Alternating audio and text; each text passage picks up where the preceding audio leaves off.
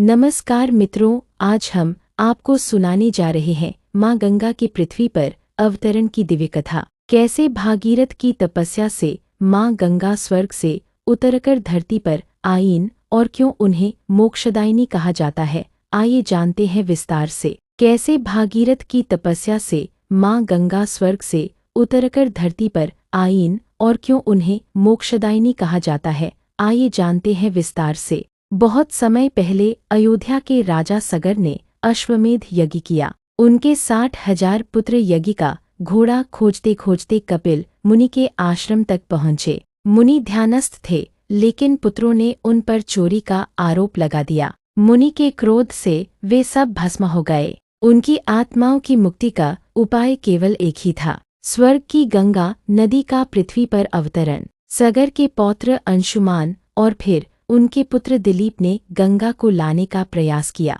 पर सफल न हो सके। तब आगे बढ़े राजा भागीरथ। उन्होंने कठोर तपस्या करके भगवान ब्रह्मा को प्रसन्न किया। ब्रह्मा ने कहा, गंगा को तो मैं भेज दूंगा, लेकिन उसका प्रवाह इतना प्रचंड है कि पूरी पृथ्वी डूब जाएगी। केवल भगवान शिव ही उसके वेग को संभाल सकते हैं। भागीरथ ने कैलाश पर्वत पर जाकर भगवान शिव की कठोर साधना की। शिव प्रसन्न हुए और बोले, ठीक है, मैं गंगा को अपनी जटाओं में धारण करूंगा। जब गंगा स्वर्ग से उतरी तो गर्व से बोली, मैं अपने वेग से पूरी पृथ्वी को बहा दूंगी। लेकिन जैसे ही उनका प्रवाह पृथ्वी पर आया, भगवान शिव ने अपनी जटाओं में गंगा को कैद कर लिया। गंगा कई समय तक वहीं उलझी रही। भागीरथ ने शिव से प्रार्थना की, प्रभु कृपा कर माँ गंगा को मुक्त कीजिए। शिव ने अपनी जटाओं से एक पतली धारा बाहर निकाली।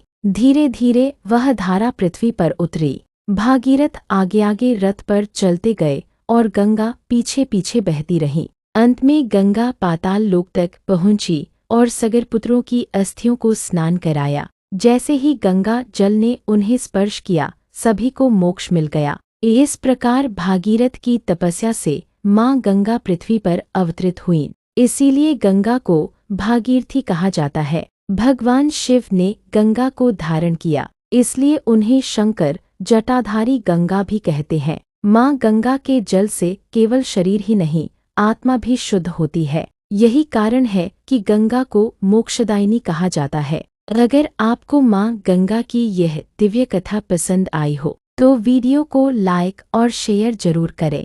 साथ ही चैनल को सब्सक्राइब करें ताकि आप तक हमारी हर आध्यात्मिक कथा तुरंत पहुँचे।